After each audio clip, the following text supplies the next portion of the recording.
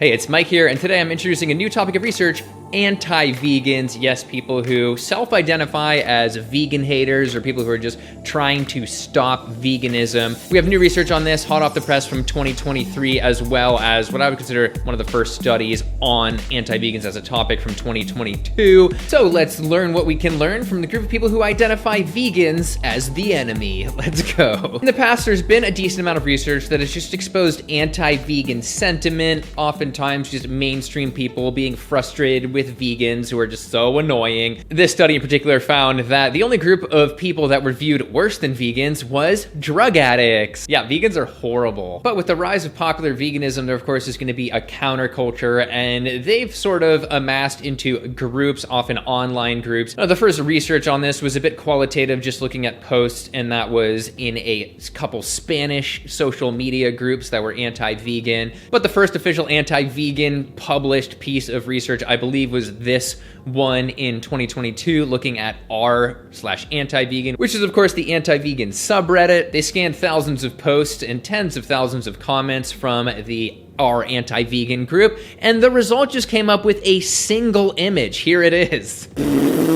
That noise too. Joking aside, this study was essentially putting its ear to the wall to listen to what are these anti-vegan people talking about, and they say, quote, "Results from analysis suggest several individual differences that align our anti-vegan users with the community, including dark entertainment, ex-veganism, and science denial." And like with any group, they picked up that some of the language was diverting. They were starting to use more of the same language. And their analysis also found that over time, there was a lowering in cognitive processing. I guess people not thinking for themselves as much.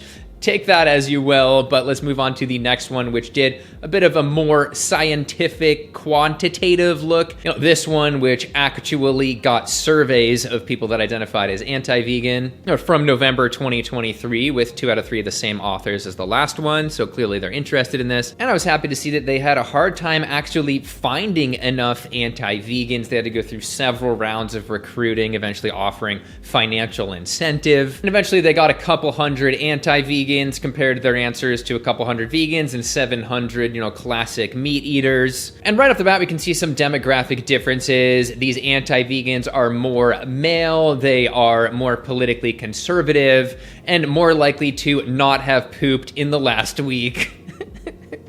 Just kidding, that wasn't in there. And the survey gleaned indices on different areas, including dark humor, social dominance orientation, male role norms, speciesism, moral relativism, and trust in science. And the dark humor score was gleaned by using survey questions like, quote, "When telling jokes or saying funny things, I am usually not very concerned with how other people are taking it." Another question was really if they will laugh or joke about something, if they think someone's going to be offended. In other words, how much of an asshole you are. And we can see from this chart that yes, the anti-vegans got a higher score on this. Well, it says dark humor. I feel like that could also be viewed as a bullying score. I don't know. Moving on. Next is social dominance orientation. What the heck is this? Well, a simple definition is that it's a personality trait measuring an individual's support for social hierarchy and the extent to which they desire their in-group be superior to out-groups. Now, right away, this is one that you probably would think that vegans are higher on. The average person would think, vegans act so superior. They must think that they're so superior. What were the questions they asked for this? They asked things like, if you agree with, quote, superior groups should dominate inferior groups, and a reverse scoring for, quote, we must increase social equality. So how much you disagree with that? Yeah, you wouldn't want to do that. In a way, this is sort of like a villain index.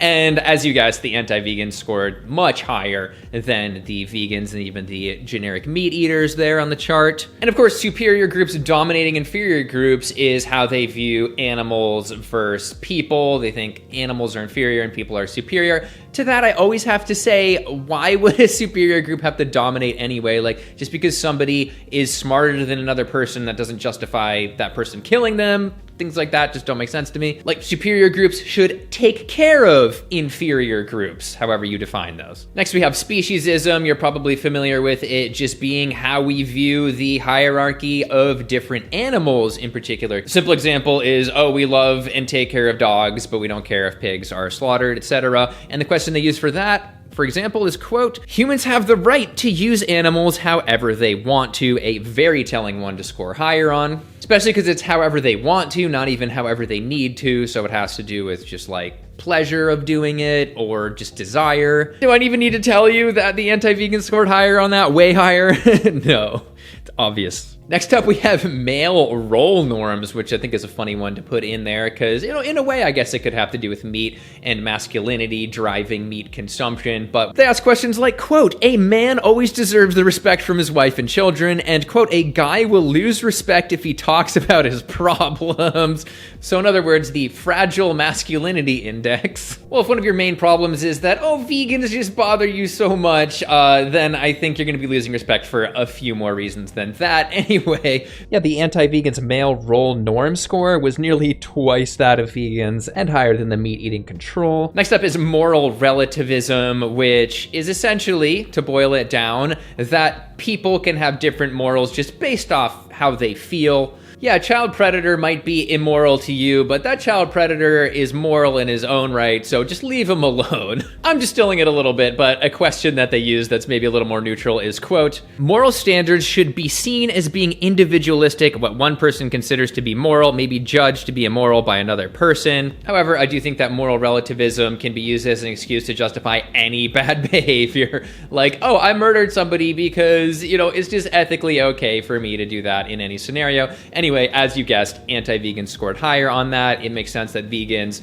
share, a more common moral framework of like, thou shalt not kill when we don't need to, or life isn't in danger. Next, they looked at trust in science, which I thought was really interesting because they didn't just look at general science, they also looked at plant-based science as two separate different trust metrics. And for the plant-based science trust questions, they gave, particular statistics with citations and asked essentially, how much do you believe this?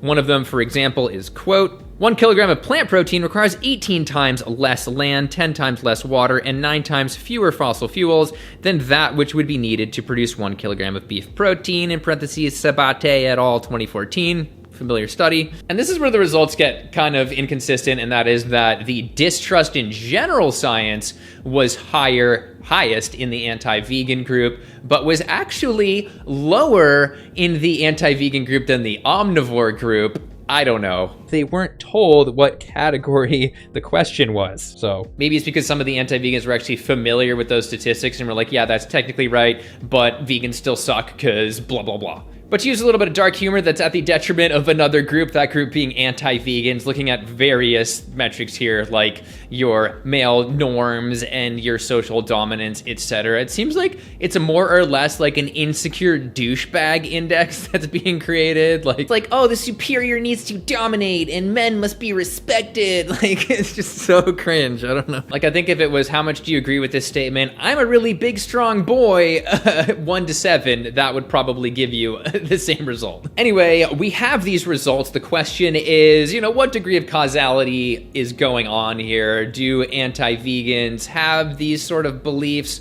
Or do people who have these beliefs become anti-vegan? The study says, quote, we cannot firmly establish whether the dietarian and ideological characteristics of anti-vegans are reasons for their antipathy towards vegans, or whether their antipathy towards vegans is the reason for these characteristics. A lot of words. And in case you're wondering about the funding, was it funded by the Humane Society trying to make anti-vegans look bad?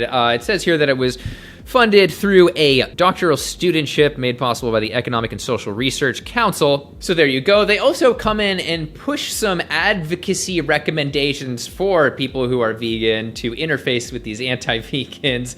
I don't think much ground is going to be made anyway, but they essentially say that because these people are so anti-vegan, it'd be better to just tell them to eat less meat instead of tell them to go vegan, things like that are pretty obvious. They also say, quote, anti-vegans' greater distrust of science means that advocates should take care when drawing broad conclusions from nutritional science that could be read as, quote, vegan bias. So just science in general is potential vegan bias. So we better, walk on some eggshells, vegan eggshells there. In the end, I think you get the picture. Well, there's probably a lot of reasons that people end up being anti-vegan. It seems like there is a main thread of people that are just all about like domination and male norms and, just not giving a crap about animals. Sort of the kind of people that you'd expect them to be. But I think the most dangerous part of this is that it's connected from both of those studies with science denial. And I would say that can be even dangerous for them, as I've seen over and over again with these carnivore videos where a lot of people are denying, the mainstream scientific consensus on LDL cholesterol being causally linked to atherosclerosis, and just not good. Anyway, let me know down below what you think about all of this. Even if you are an anti-vegan that has somehow watched to the end of this video because for whatever reason fixating on veganism makes you feel better, let us know down below how, I misrepresented you or two-dimensionally painted a picture of you. And of course, feel free to like and subscribe and all that good stuff, everybody. And I'll see you in the next one. Thanks for watching.